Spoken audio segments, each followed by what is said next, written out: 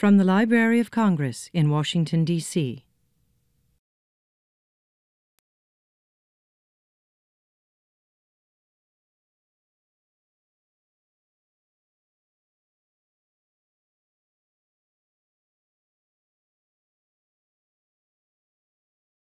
I'm Karen Jaffe. I'm head of the Young Reader Center, and I'm welcoming you to the Books and Beyond for Young People, sponsored by the Young Reader Center and the Center for the Book.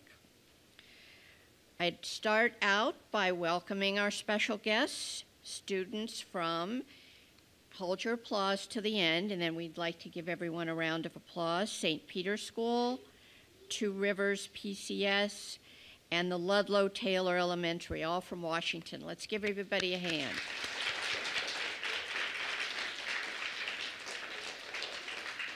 They are our special guests today.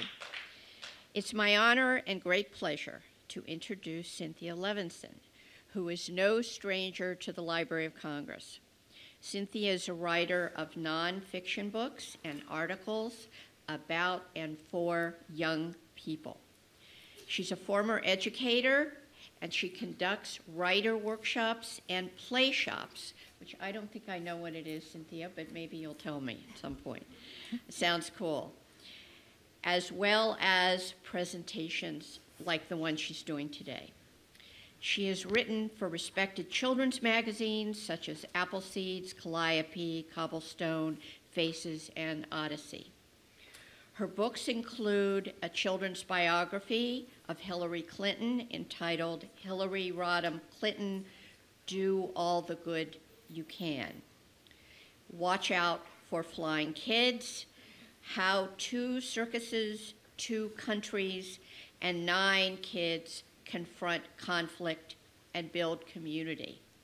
We were very lucky to have Cynthia bringing several of the Israeli and Palestinian children that she wrote about to our National Book Festival several years ago. People are still talking about this performance. It was amazing. We've Got a Job, the 1963 Birmingham Children's March, published in 2012, is the backdrop for her newest book that you're going to hear about this morning, The Youngest Marcher, the story of Audrey Faye Hendrix, a young civil rights activist.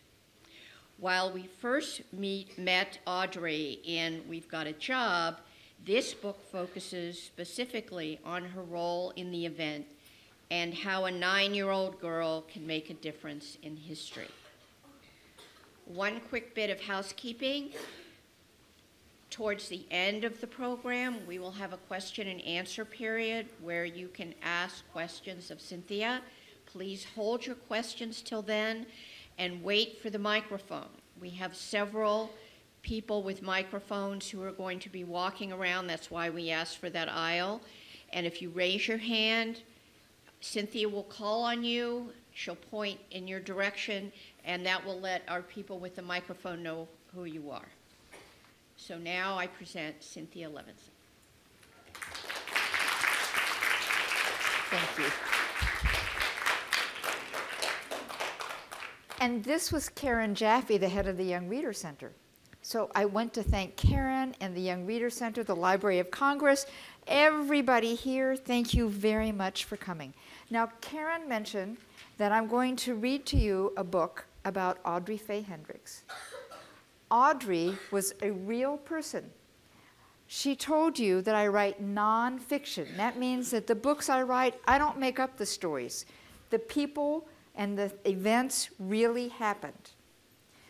The events that Audrey took part in happened in 1963, which is 54 years ago, when Audrey was 9 years old. Is anybody here 9 years old?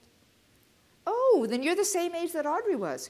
Well, think about that when you hear her story. Now, she lived in Birmingham, Alabama. Does anyone know what the word segregation means? Oh, a lot of people do. You want to tell me what segregation means? Me? Mm-hmm. I think segregation means that, Okay, well, you know what, and I just realized we don't have a microphone right now, and that's not fair to the people who are videoing. So I'll tell you, segregation means when people are separated. They're segregated from each other. And in Birmingham, for decades and decades, and in many other places in the southern part of the United States, and in the northern part where I grew up, people were very separated, black people from white people in particular. And that's the story about Audrey. Now the book opens, as you'll see in just a second, when Audrey and her mother are cooking a very special dinner, some of her favorite things. Oh, I was going to ask you some of your favorite things, but I shouldn't do that till we get the microphone. So we'll wait for that. So let me start by reading you the story.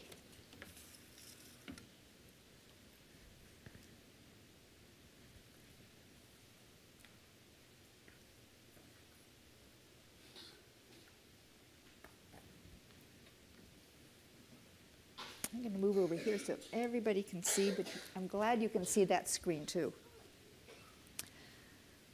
Whenever Mike flew into town, Audrey and her mama cooked barbecued ribs, stewed greens, sweet potato souffle, and Audrey's favorite, hot rolls baptized in butter. There's a recipe in the back of the book for them. Other folks knew Mike as Martin or Dr. King. Heard of him? The Hendrixes used his nickname. They did the same with other ministers too, like Fred Shuttlesworth and Jim Bevel. After Mike blessed the feast, Mama expected Audrey to keep still during supper. But when grown-ups talked about wiping out segregation laws that kept black and white people apart in Birmingham, she just had to speak up. Audrey intended to go places and do things like anybody else. I want to eat my ice cream inside Newberry's. I want to sit downstairs at the Alabama. I don't want hand-me-down school books. But stools at the counter, plush movie theater seats, books so fresh they'd crackle when you open them, those were for white children. Hush, hissed Mama. 9-year-old children should not speak in front of company, especially ministers like Mike, Fred, and Jim, who were bringing dreams of justice. Audrey knew all about segregation.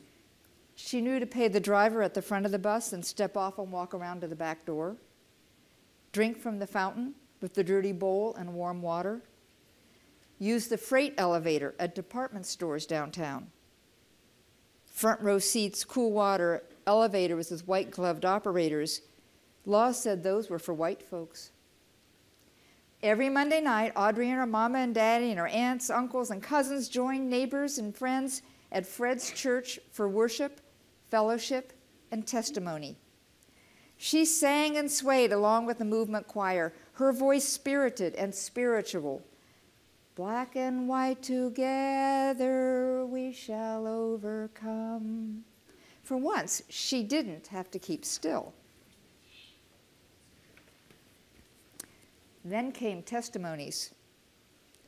White store owners won't hire me. Ku Kluxers chased me. Policemen called me names. The hateful stories made Audrey squirm. She tried to tell her mama, "That's not right. Shh." How could Mama expect her to hush? She had to make things right. But what could she do? When Mike visited Fred's church, thousands of people crowded around her to hear him preach. In a voice as taut as steel cables, as smooth as glass, he intoned, "Segregation is morally wrong and sinful." That's true. Fired up, Audrey sat taller. An unjust law is no law at all, he proclaimed. Audrey had listened to Mike explain his plan at her supper table and knew what he meant.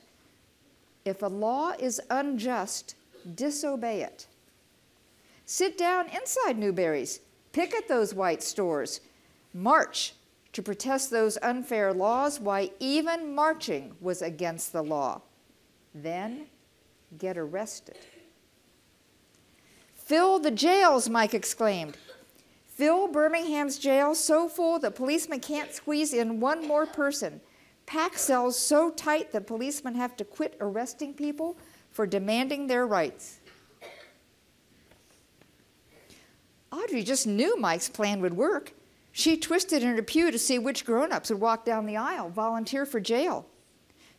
But they mostly stayed put, eyes staring at their feet, hands on their knees. Feet, hands, and knees didn't move. Fill the jails, Mike pleaded, meeting after meeting. But heads shook. All around her, Audrey heard, nope, best not break those segregation laws. Boss man will fire me. Landlord will evict me. Policeman will beat me. If nobody protested, Mike's plan would fail.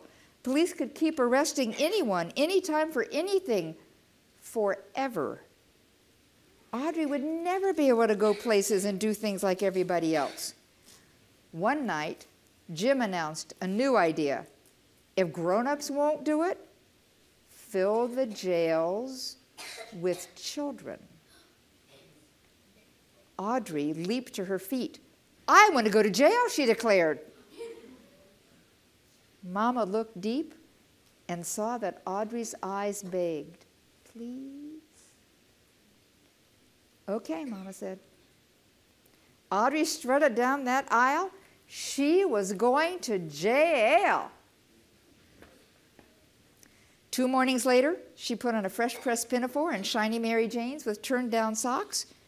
Protesters got to look nice. In the meantime, her daddy bought her a game to help her pass the time in jail. Her mama and daddy took her by Center Street Elementary to tell her teacher she'd be absent, maybe for a whole week. Miss Wills wrapped her arms around her. Audrey knew she was proud of her. She said goodbye to her grandparents.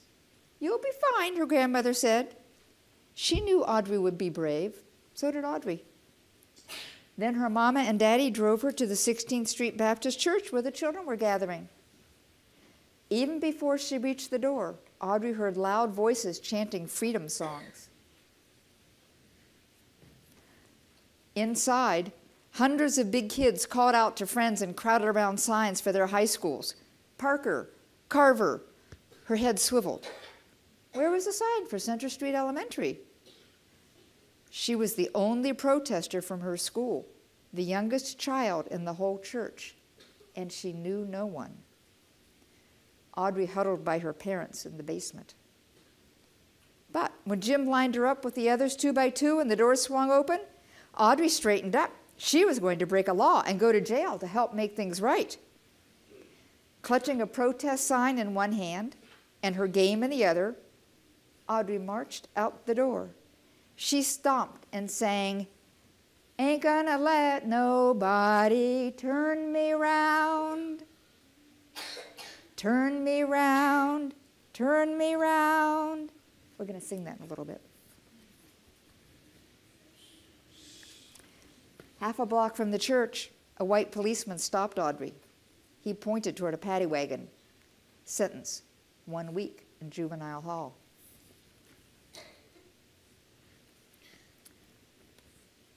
A matron locked Audrey into a day room with 24 other girls, all older, all bigger, all strangers.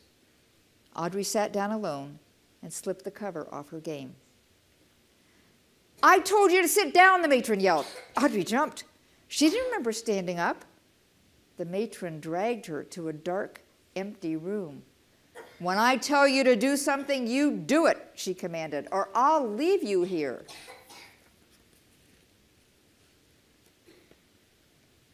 Trembling, Audrey quietly followed the matron back to the day room, put away her game, lay down her head, and cried. Jail was harder than she'd thought, and she wasn't fine after all. By evening, Audrey was hungry and tired. For dinner, soupy, oily, tasteless grits. At night, a bare mattress with one thin sheet for a cover. Audrey and her cellmates were led outdoors into an empty concrete pen surrounded by high prison walls. The older girls talked together. Audrey wondered what her classmates were doing. Miss Wills would be keeping them busy. On another day, Audrey was sent to a huge room and told to sit in a chair that was so high her feet dangled above the floor. 4 white men glared at her. She'd never talked to a white man before. "Are you against America?" one demanded to know. "No, sir," she answered politely. "What do you talk about at those meetings?" Another asked. "Our freedom." "Why did you march?" "To go places and do things like anybody else." What was wrong with that? Every mealtime, Audrey stared at greasy grits. She could barely spoon them into her mouth, let alone swallow them. Every night, the cot Swire Springs jabbed. Every morning, she had nothing to do but sit alone with her game. In the afternoons, though, more kids crowded into the day room. Some days, many of them arrived sopping wet. A girl explained that firemen aimed powerful hoses at the children. Surging water spun them off their feet and down the street. They got up and kept marching anyway until they too were sent to jail. By Audrey's 5th day in detention, the police couldn't squeeze in one more person. "We filled up all the rooms! We filled up all the rooms!" Audrey practically jumped up and down. She was so proud. Watching television in the day room, she saw black people stroll straight into stores and restaurants like they belonged there. No one else could be sent to jail. Everything had changed. After 7 days, Audrey went home. Her mama and daddy wrapped their arms tight around her, washed the jail off her, and for dinner, hot rolls baptized in butter. 2 months later, the city of Birmingham wiped segregation laws clean off the books. Audrey licked her spoon clean at Newberry's counter, like everybody else, black and white together, like we belong.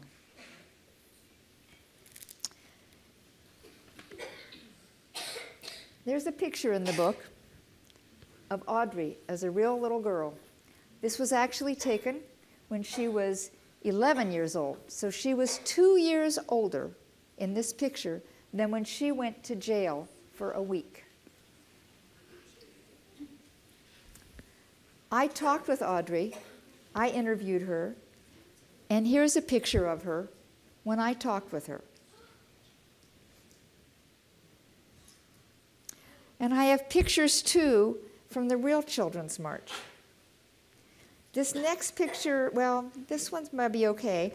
This is a picture of the church, the 16th Street Baptist Church that the children walked out of. Audrey was not alone, as you saw. Eventually, when they filled up all the rooms, somewhere between 3,000 and 4,000 children went to jail in Birmingham in a week in May 1963. And Audrey was the youngest of them. Here's a picture of some of them. The next picture is just a little bit scary. Remember I read that the firemen aimed powerful water hoses at the children? Here's a picture of the firemen. And at the end of that hose right there, the other end, there are young people who are being hosed off their feet and down the street. And here's a picture of a high school girl getting arrested. And here's one of the day rooms that the girls were in, like Audrey. But let's go back to Audrey. She and all those other kids were protesting segregation. if you were going to protest something, what would you protest about? Oh, I see a hand right back there. Yeah, can you get on the microphone? What would you want to protest about?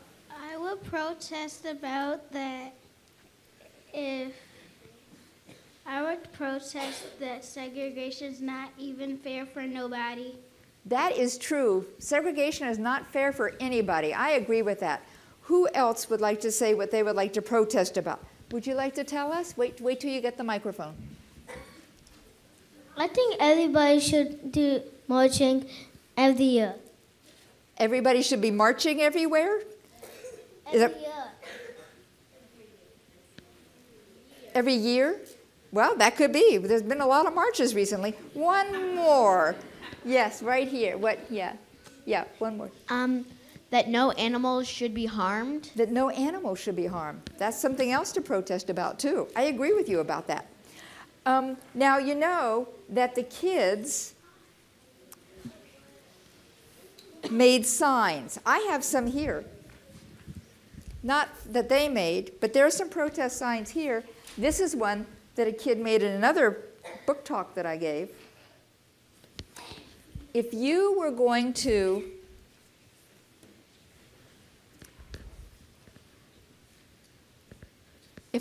make protest signs, raise your hand if you have an idea. Let's think for 5 seconds. If you wanted to write a protest sign, what would you write it about?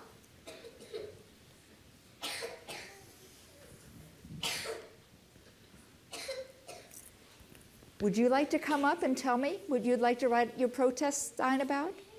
Yeah. You want to wait to let somebody else go first? Okay. Would you like to come up? What would you come up and tell me? What would you like to write a protest sign about? I would like to write a protest sign about that girls should have the right to play in a boys' league.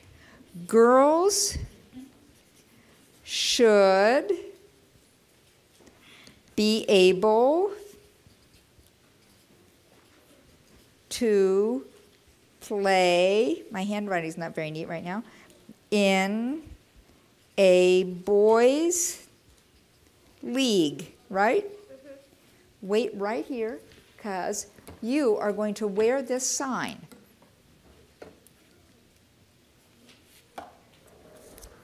Oop, there goes my pen.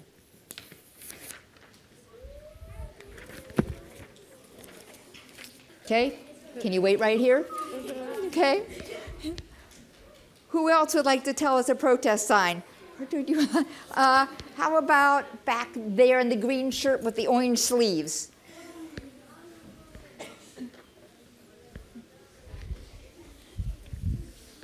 What's your protest sign? Segregation is a sin that people shouldn't follow. Okay. How about people shouldn't follow segregation? Is that okay? People should not follow segregation. All right. And let's take one more person.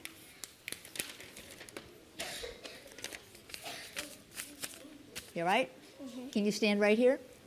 Great. I think I see 2 hands waving right there. Yeah. Yeah. Come on up.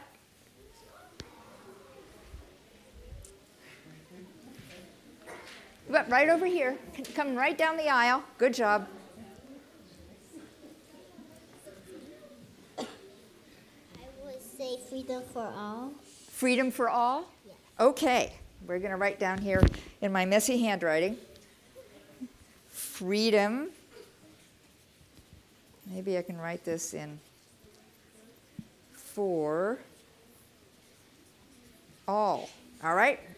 You want to wear the sign? Good. Now, do you remember that Audrey and the other kids also sang? All All right, can you stand right here? Great.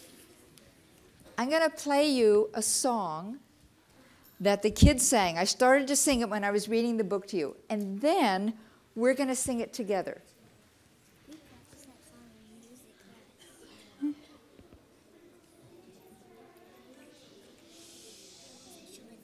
Okay, here it comes, I think. Or maybe not. I think the audio is not working. So let me sing it, because it looks like it's... No, all right. I'm going to sing it for you, and then we're going to sing it together, okay? You ready? Ain't gonna let nobody turn me round, turn me round, turn me round. Ain't gonna let nobody turn me round. Gonna keep on a-walking, keep on a-marching, walking into freedom land. Hey, you know this song, don't you? Okay, everybody stand up. Just stand right where you are. And, okay, but you gotta listen. I can't talk louder than you. Are you, hold on, whoop. So you all are going to, you're going to stand up. You're all going to march in place like this. And you are going to march up and down right in front of us. You're going to go that direction and then turn around and come here. And we're all going to sing. Are you ready? You march in place and you march up and down right here, okay? All right, here we go. Ain't gonna let nobody turn me round, turn me round, turn me round. Ain't gonna let nobody turn me round. Gonna keep on a-walking, keep on a-talking, watching up to freedom land. Woo! Good job. Freedom land. Okay, everybody down. Thank you, marchers. Yay for marching. Very good. You can keep those and you can go back and sit down with your school, okay? Thank you. Great marching. Now, of course, you should be in jail, right? Like Audrey. Isn't it amazing that she did that? Well, Karen told you that I wrote the book, but I didn't draw the pictures. A woman named Vanessa Brantley Newton drew the illustrations for the book. Would you like to see how she did it? So this is I don't know if the sound will work or not, but you'll be able to see her. This is a part of an interview that she did with the New York Times about 2 weeks ago. And this is clips from that interview. If you don't hear the sound, it's okay, because the two of them are talking. But you'll be able to see her drawing pictures. No, the sound is not there for some reason.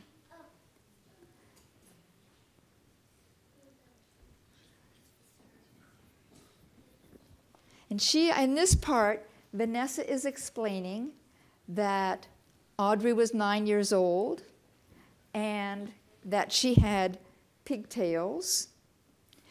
And Vanessa said that she had pigtails also. You know, it's funny, it worked earlier. I think when you switched to your MacBook, I think that's what... No, I've always had that. I haven't. Okay. No, that's been here the whole time. Yeah. Okay. We tried. Thank you. Okay. Thank you. I mean, if you can do it, great, but if not, we can punt. And she's saying, Vanessa is saying to the person who's interviewing her, that when she was little, she had pigtails too. So she says in here, I get Audrey, I get her. And the interviewer also asked Vanessa if there were any photographs of Audrey to work from. There was that one photograph that I showed you of Audrey. That was the only one that she had from when she was a little girl that she was able to share with me.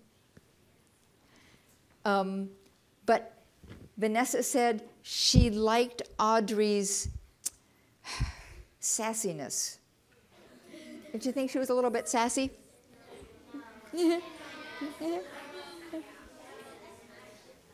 Now, Vanessa used to be a fashion designer.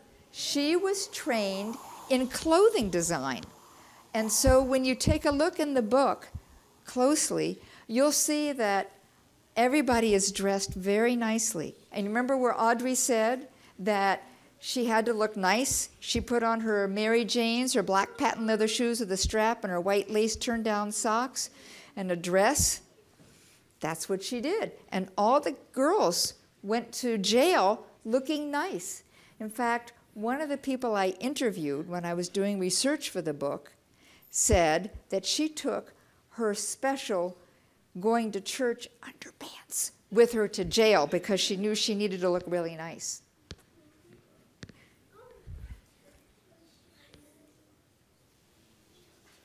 So can you see Audrey coming together? I'm not good at drawing at all, but I think Vanessa did a wonderful job in the book.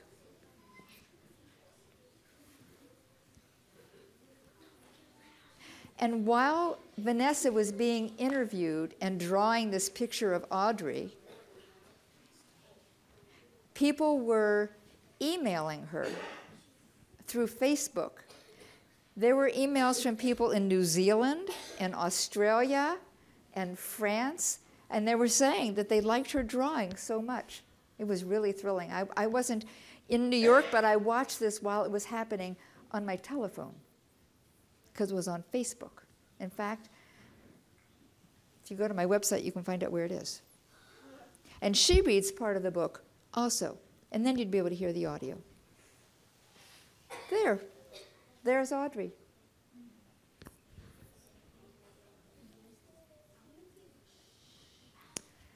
So, I've read you the story, and we've marched and we've sung, and you've seen how the pictures were drawn. Who has questions? And remember, I'm going to call on you, and then we're going to wait for you to ask your question until the microphone comes.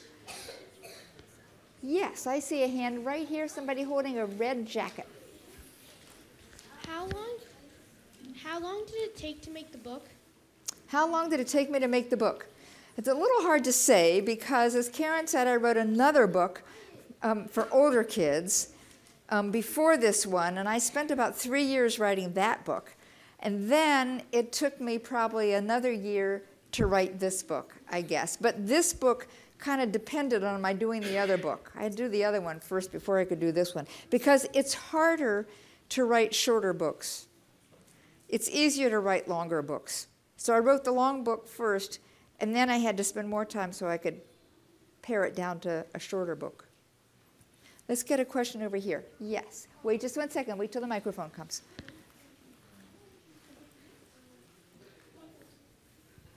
Do you get to choose your illustrator? That's such a good question. I did not choose the illustrator. The publisher chooses the illustrator. But she's a wonderful illustrator, and she's illustrated in about 24 books, and she's also written a couple of books. She had a book that came out just last year called Mary Had a Little Glam, about a little fashion plate, which is very cute. And she also illustrated a book about, do you know the song, We Shall Overcome? We shall overcome. She illustrated a book about the history of that song. So I think she did just a great job with this, and with this book. But I did get to, we didn't talk while she was illustrating it. The book was all done. We didn't talk about it, but I could email through our publisher because she had questions like, what did Audrey look like? What did her parents look like? What did the dishes that they served the food in, what did those look like? What did Audrey's house look like? And I knew those things because I had visited Audrey at her house. So I knew all about that. She wanted to know what the church looked like. She wanted to know what the police cars looked like. all kinds of things like that. And I could tell her. Do you have one more question? No, we can have a follow-up. Did you have one more question? Yeah, okay. Why don't we let him ask a follow-up question, then we'll go to somebody else. So you visited her house in Alabama? I did. I went to Birmingham, Alabama 3 times to do research for the book. Yep. Okay, well, all right. Yes, right here. Okay, yeah. Microphone. Was Audrey more sassy or her mom was more sassy? Because her mom seemed sassy. Was Audrey protesting or was her mother protesting? No. Was Audrey more sassy or her mom was Audrey more sassy? Oh, you know, I never met her mother. I tried to meet her mother, but her mother was very sick, and so I couldn't meet her. So I can't say, but I will tell you that they were both very brave because her mother was very, very active in the civil rights movement. But, you know, between us, my guess is that Audrey was sassier than her mother. That's my guess. Yes, what would you like to ask? Yeah.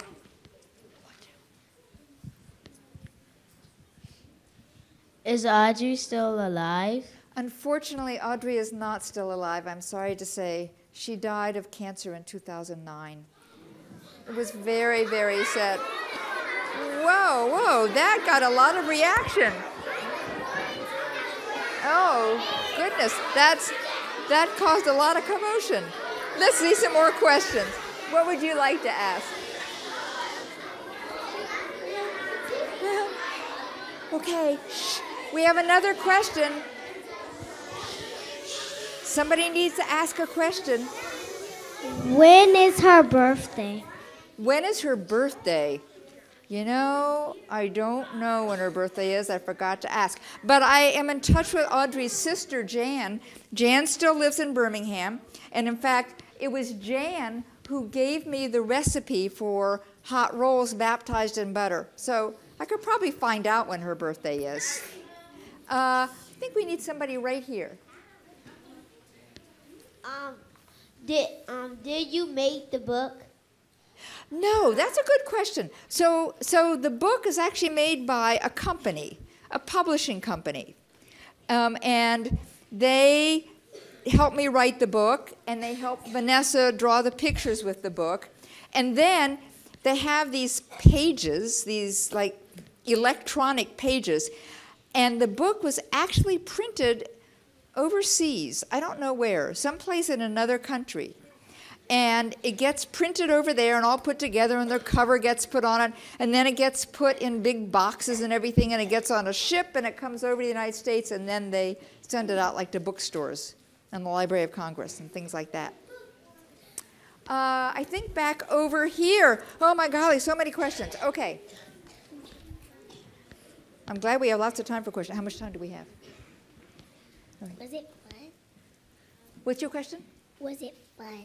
Was it fun to write the book? You know, I felt honored to write the book.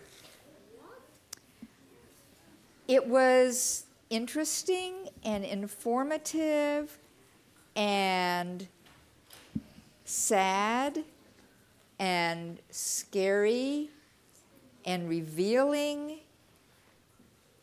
And I felt proud to be able to write the book. Because, hold on, I actually would like to explain this. Because when I was doing research for the book, I talked to Audrey and I talked to her sister Jan. In fact, I talked to dozens of people who were children who broke the law on purpose in Birmingham and went to jail just the way Audrey did. The others were all older than she was. But they had done it. And they were willing to share their stories with me. And I was very honored that they would talk to me. So that's how it felt to write the book. Let's go back over to this side. Yes, have you asked a question yet? I don't think so. Okay, sorry, thank you.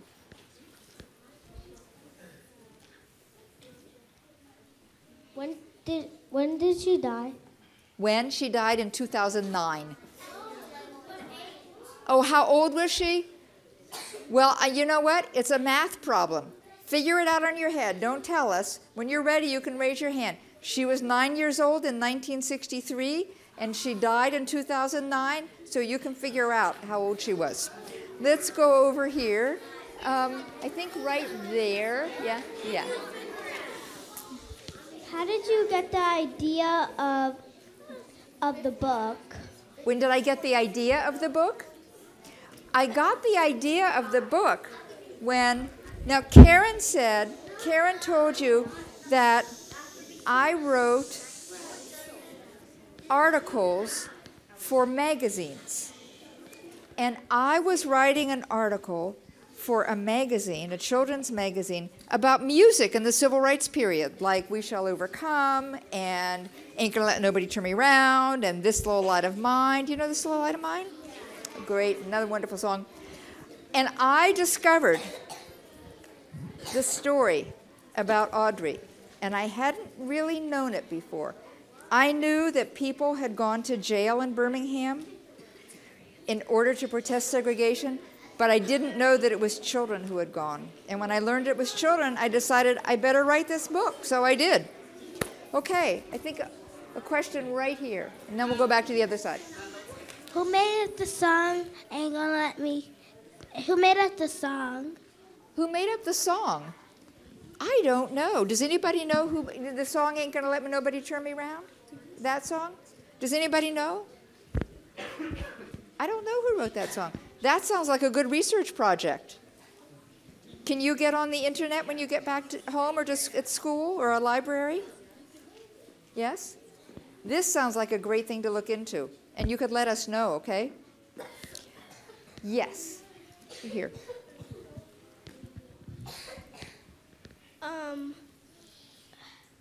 Why do we have segregation?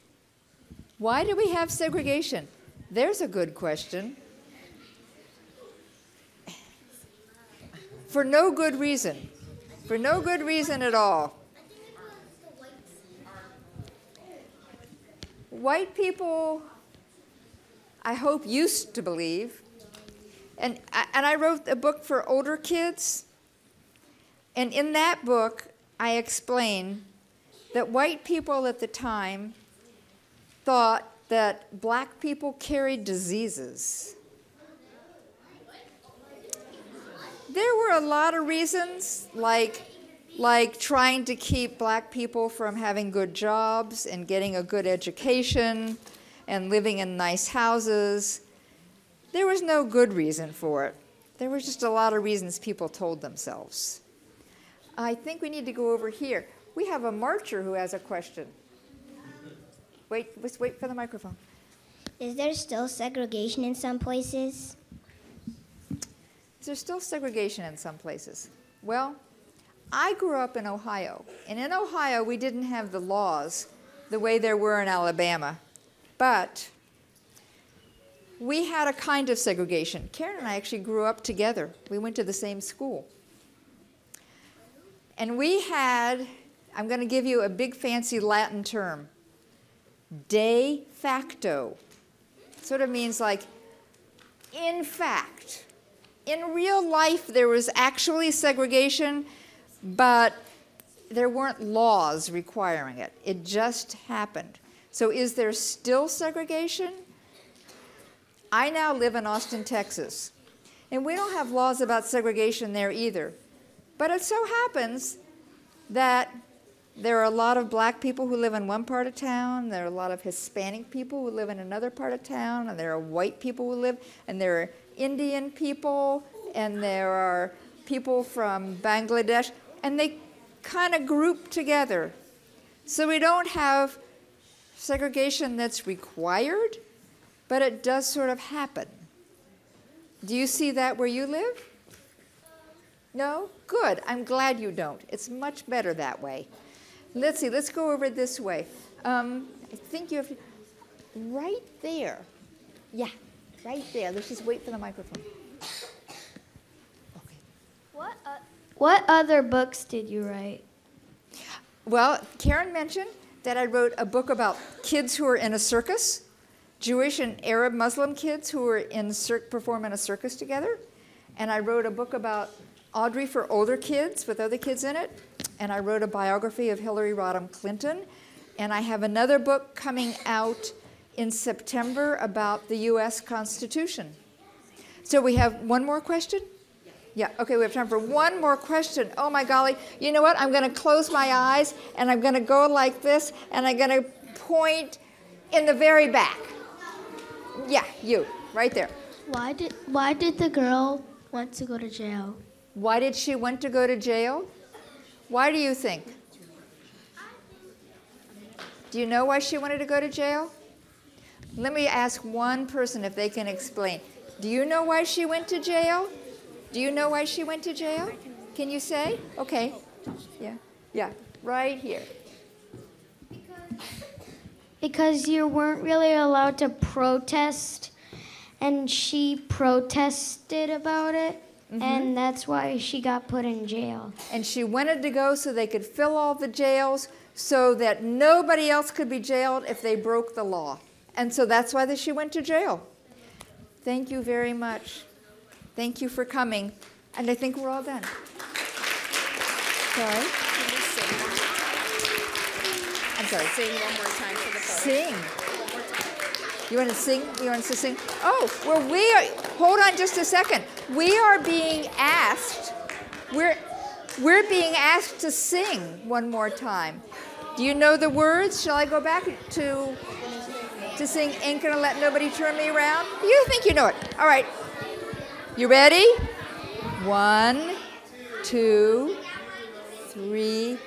Ain't gonna let nobody turn me round, turn me round, turn me round. Ain't gonna let nobody turn me round. Gonna keep on a-walking, keep on a-talking, marching into freedom land. Woo! Good job. You're doing a much better job.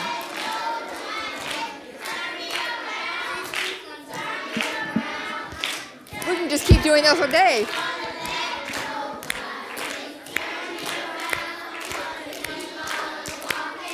Keep on a-talking, marching up to freedom land.